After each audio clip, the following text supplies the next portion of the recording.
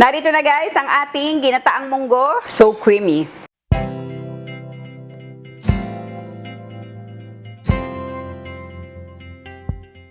Hey everyone! Welcome to Master Che! Nagluto na tayo ng ginataang mais. Ngayon, magluluto naman tayo ng isa pang ginataan na siguradong magugustuhan nyo. But before we start, please don't forget to like and subscribe. Magluluto tayo ngayon guys ng ginataang munggo. Ayan, meron na tayo ditong munggo. Ngayon, ang una natin gagawin ay igigisa natin yung ating munggo. Hihintayin lang nating maging brown yung ating munggo. Pag naging brown na siya ay ito naman tayo sa susunod na ating gagawin.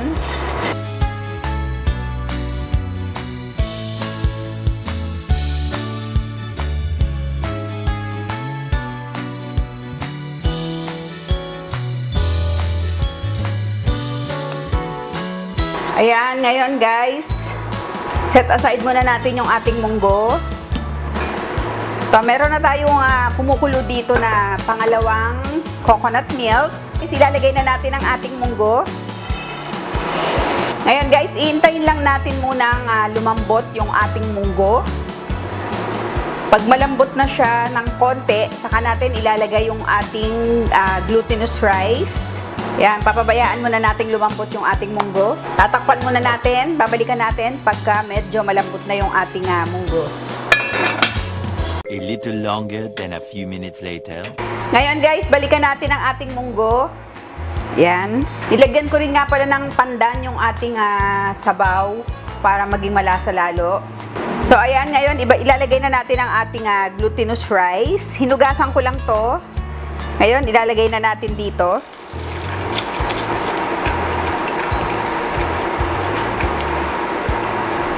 Pwede na tayong maglagay ng sugar para medyo may lasa na yung ating ginataang munggo.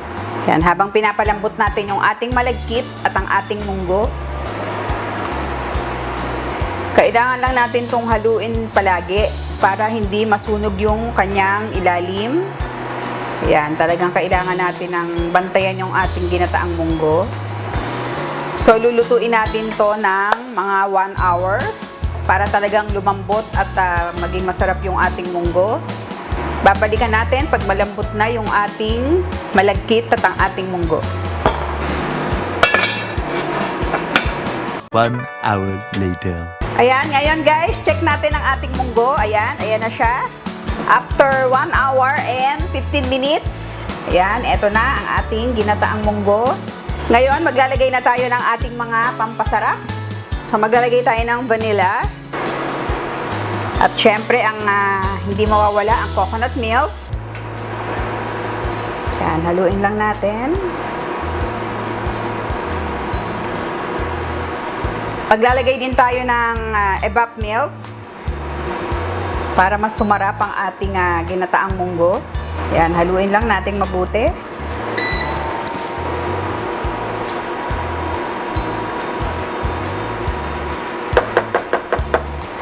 Tikman natin kung okay na yung kanyang tamis.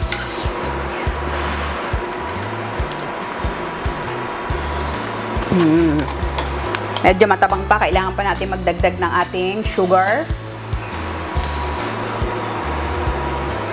Konti-konti lang muna para kung ano yung gusto yung tamis.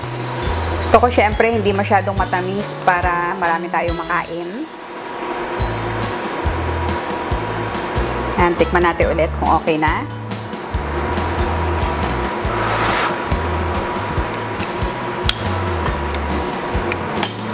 Sarap.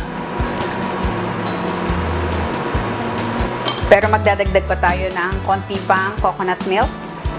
Parang kulang pa yung coconut milk sa akin. Yan.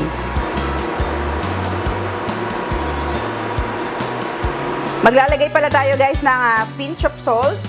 Yan, para pampasarap lalo sa ating ginataang munggo. Yan, haluin lang natin ulit.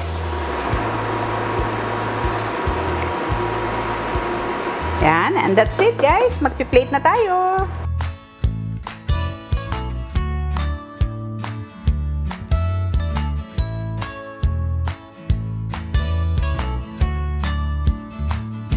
Narito na guys ang ating ginataang munggo. Yan, titikman na natin. Para mas masarap, extra coconut milk.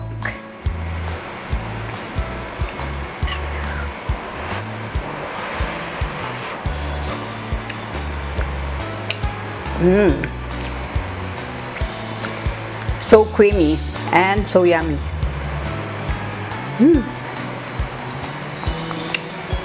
Saktong-sakto lang yung kanyang tamis. Madali lang siyang gawin pero medyo matagal lang palambutin yung ating munggo. Pero masarap. Worth it yung ating paghihintay sa ating ginataang munggo.